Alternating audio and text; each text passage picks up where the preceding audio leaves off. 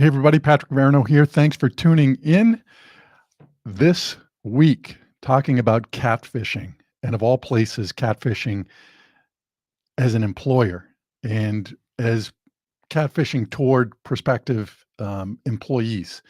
And what made me think about this was a number of years ago, I remember coming across a commercial, and it was somebody showing up at a date, and the woman's looking at the profile of this person she was supposed to be meeting for her date.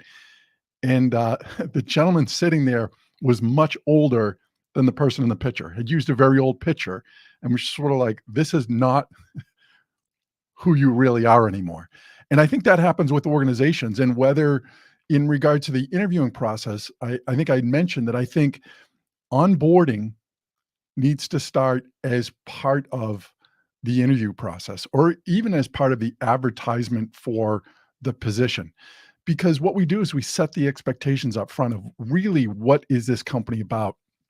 And another thing that sparked me on this one was somebody was telling me about a TikTok video they saw the other day of a person basically recording themselves leaving an interview because they were told that they were going to have to work during the weekends and that they weren't going to do that, that that was their special time. I guess it was Sundays and it was because of football.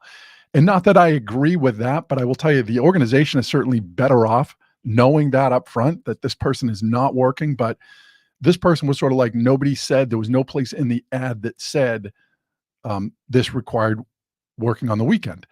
And I think that is important for an employer to put in the advertisement, whatever those things are that might not be the most appealing things.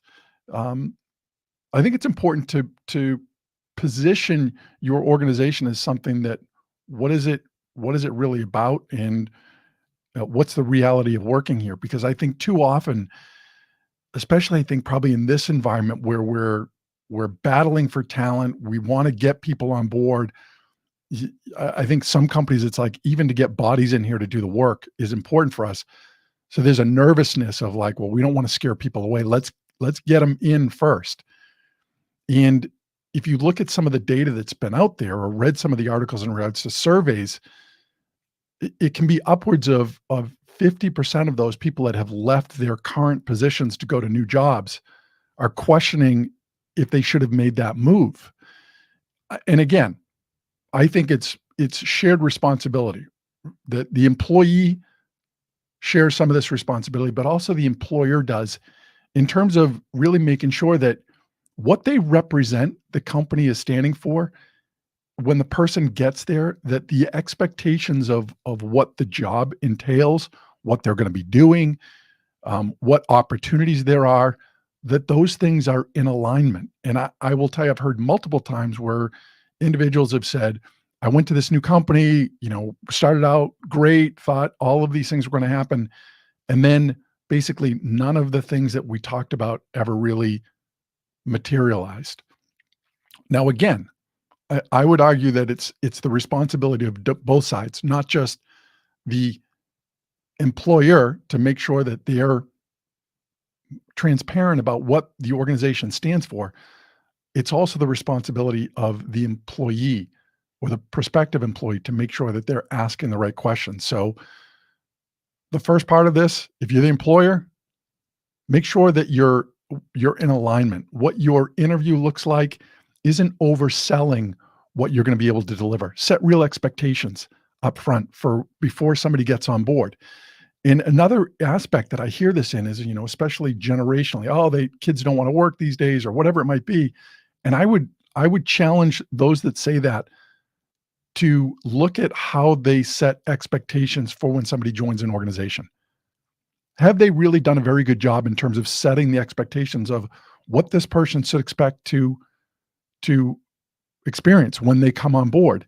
And once they get on board, is making sure that they continually understand that these were the things that were um, discussed or outlined before they came on board, so that they knew like this was the role that they were accepting.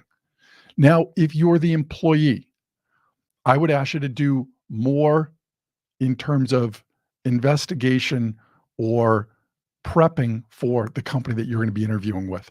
Try and find other people that do work there. Number of ways to do it, either through Facebook or through LinkedIn. I think that's really important. You owe it to yourself to do a lot of legwork to find out here's what the company says, here's what they say I'm going to be doing. Find other people that have been there or work there now, and get some understanding. Is this accurate? Is what they're expecting, is the growth opportunity that they talk about really there? Those things are important for you to do. Along those lines, again, I think once you get there, one of the I think one of the best questions you can ask an employer, especially if it's your manager, if it's the person who's hired you, is to ask them, what was it about you? What was the reason that they hired you in this position? What were the things that separated you from the other people? And hopefully it's not that you were the only one that applied, but I think when you ask that question, you're already part of the organization. You ask a manager, the hiring person that hired you, what was it about my background, my interview that made you decide to choose me for this role? Because what they will tell you speaks to what their values are. And to me, I think it allows you an opportunity to advance within the organization faster when you understand that, because you know what things are important to them, right? If they say, well, it was really how you were able to talk about being collaborative in some of your other positions, and that's an important one here. So I know for this manager, demonstrating collaboration, working closely with other people is going to be important. So the more I can do that, the more I'm going to satisfy this manager, and probably the more opportunities that are going to open up for me down the road. Be very clear in terms of what the expectations are. When you do those things, when you do a lot of the legwork ahead of time in terms of understanding what a company needs, what their culture really is like, the better suited you're going to be. The other thing that I would challenge you on is when you leave the company you're with, is that you aren't being reactive and you're just running from where you are. And I know that there are times where that's going to happen. The better you can be at setting a time horizon of, I don't like it here, but I'm not just going to reactively jump to somewhere else just so I can get out of the discomfort I'm in now. You will be better suited, because unfortunately, oftentimes if you reactively leave or run from the company you're with to go to another opportunity, at your next opportunity, those same challenges are going to show up. To me, it's no different than somebody that probably leaves a relationship and doesn't look or reflect on what they could have done differently themselves.